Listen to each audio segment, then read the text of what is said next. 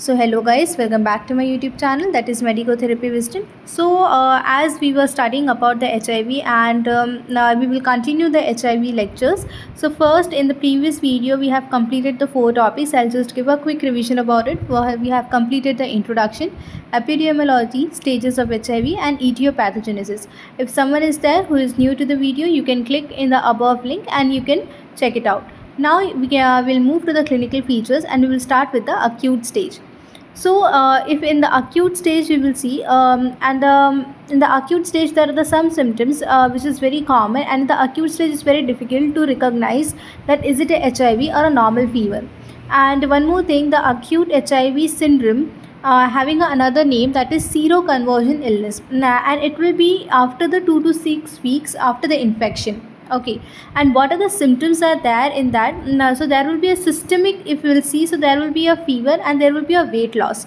Okay, in the systemic related. Now if we'll go to the central side, so we will feel the malaise. Now what is malaise is, it feels it's a kind of mental disorder we can say, or it is mentally we will feel that we are very tired, we are very ill, and we are not feeling well.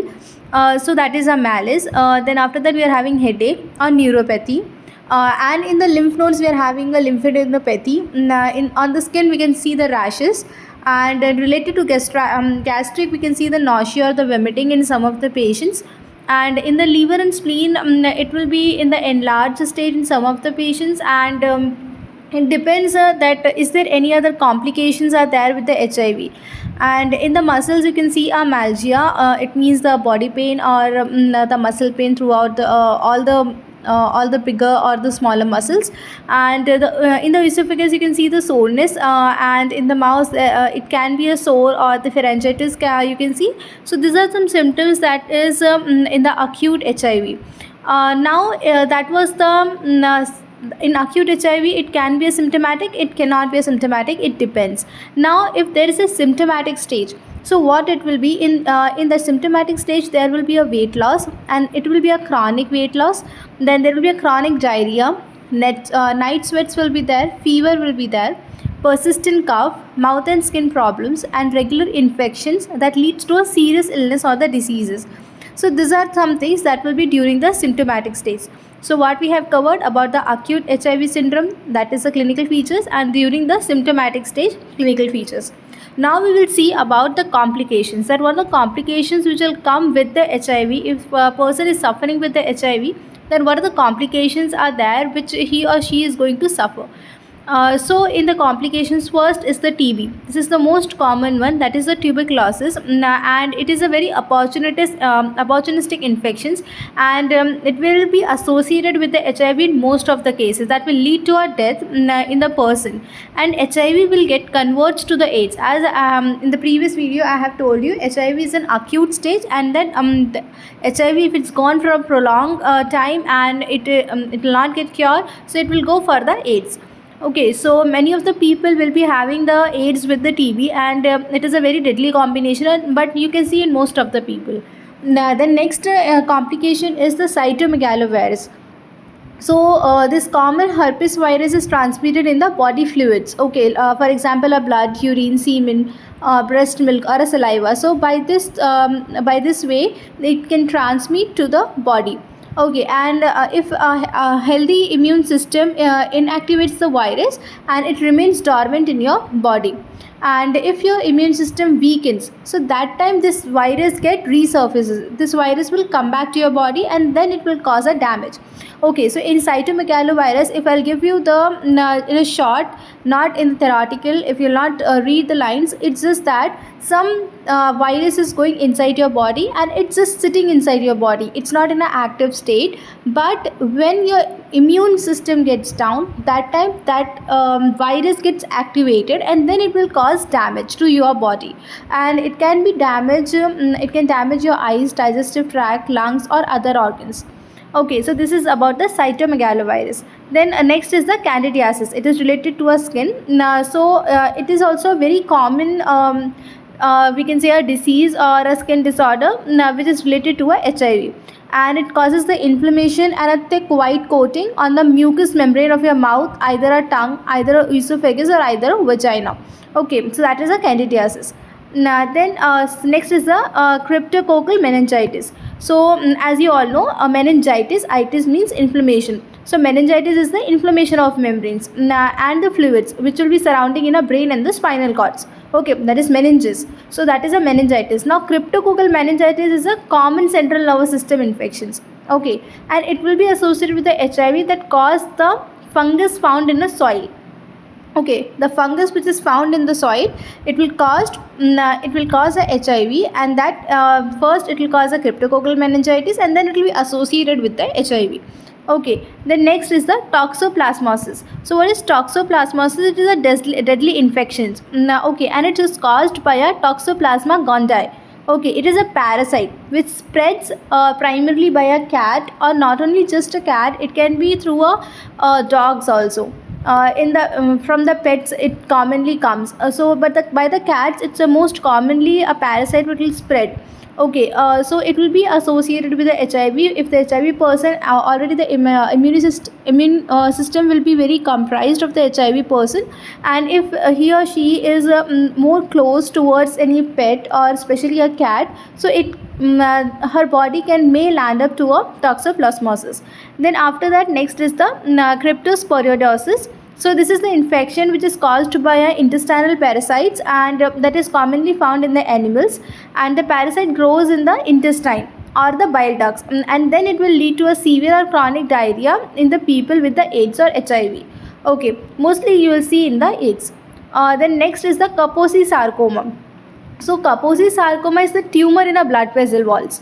Okay, but this cancer is a very rare in a people who is not infected with the HIV, but it is common in the HIV positive people. Okay, it means the person who is having HIV, it is very common in that person, but this cancer is very rare in the people who is not infected by the HIV. So this Kaposi sarcoma is related to the HIV positive people, and it is usually appear as a pink, red or a purple lesion on the skin or a mouth. Okay, then next we will see, okay, in the Kaposi sarcoma there is one more thing, that it will affect the internal organs like digestive tracts and lungs. Mostly it will affect that side. Okay, the next is the lymphomas. So in the lymphomas, it is a type of cancer that originates in your white blood cells, that is the WBCs, and it usually appears in a lymph node first. Okay, name itself it's given lymphoma, so where it will appear first? In the lymph nodes. And most common early sign is the painless swelling of the lymph nodes. Okay, first in your armpit, groin or the neck. Mostly these are the sites that are mostly getting affected by the lymphomas. Then next is the wasting syndrome. In the name itself you can understand, and that what is the meaning of wasting? Something getting wasted or something getting weak. So in your body, if you're getting weak, okay, because of the anything, it can be accompanied with the diarrhea, it can be accompanied with a chronic weakness or a fever, so you can lose your weight. So it will be like a 10% of your body weight you will lose it.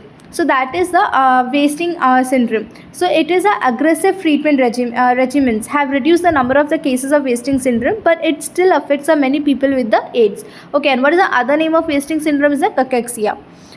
Then what are the neurological conditions? So although AIDS doesn't appear to infect the nerve cells, in some cases and it can cause of the neurological symptoms like confusion, forgetfulness, depression, anxiety or difficulty in walking. So these are some things that can appear.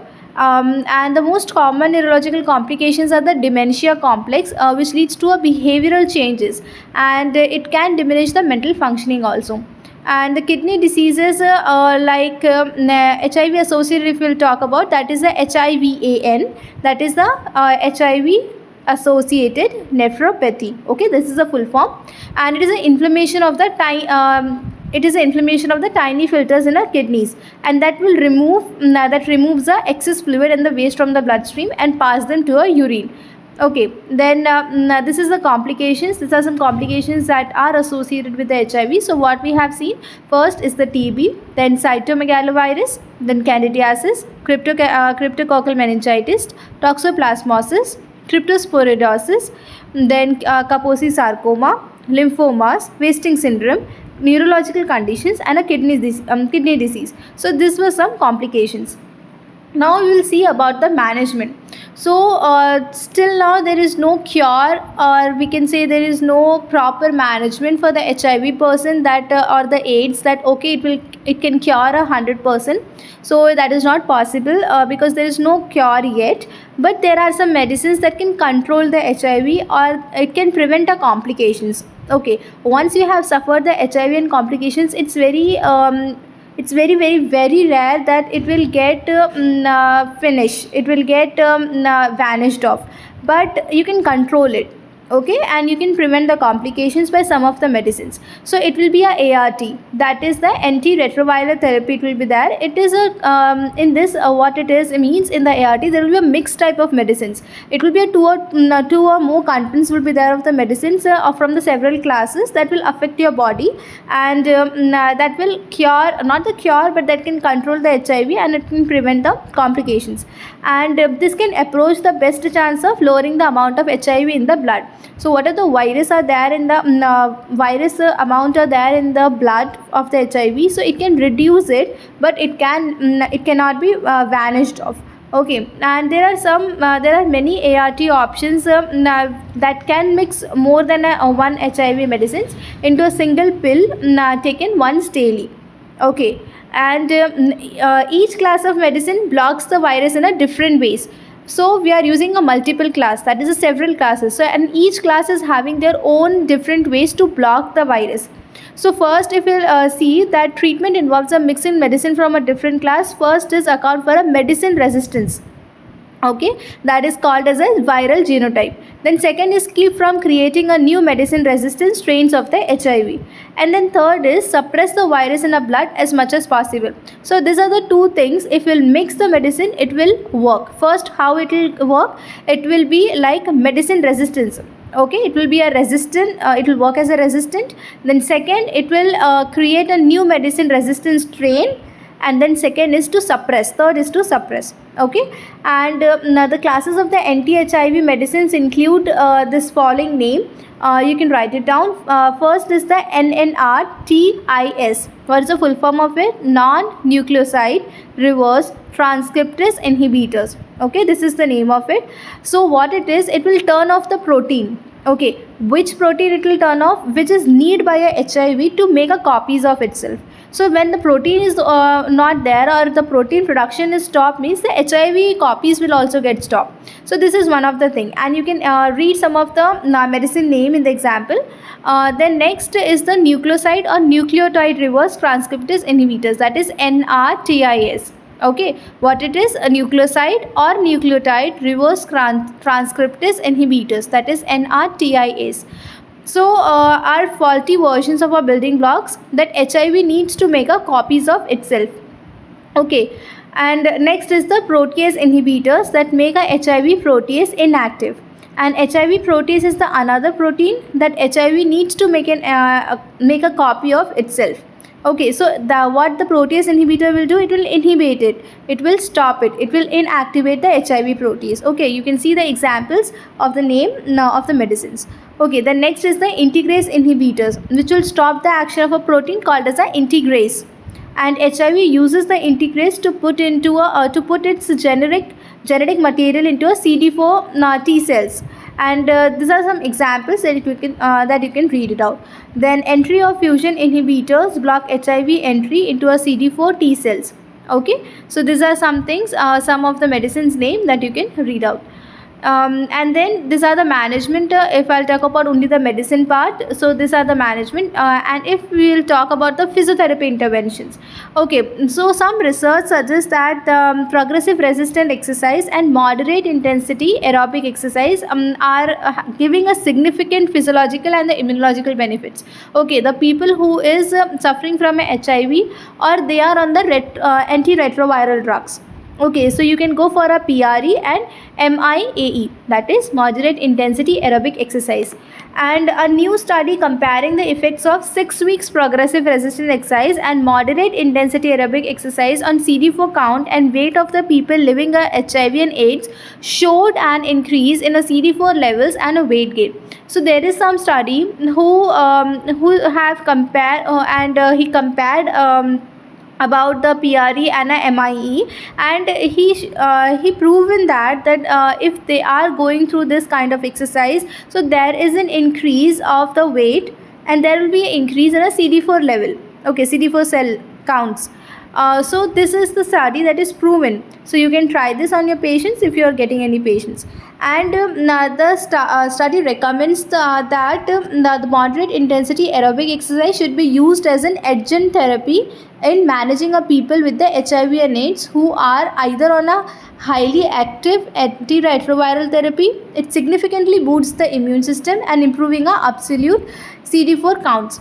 So this study recommends that if the person is already on the ART, that is antiretroviral therapy, so they should go for the moderate intensity aerobic exercise side by side. So and it is an improvement. Okay, it will boost the immune system, and it will improve the absolute CD4 counts.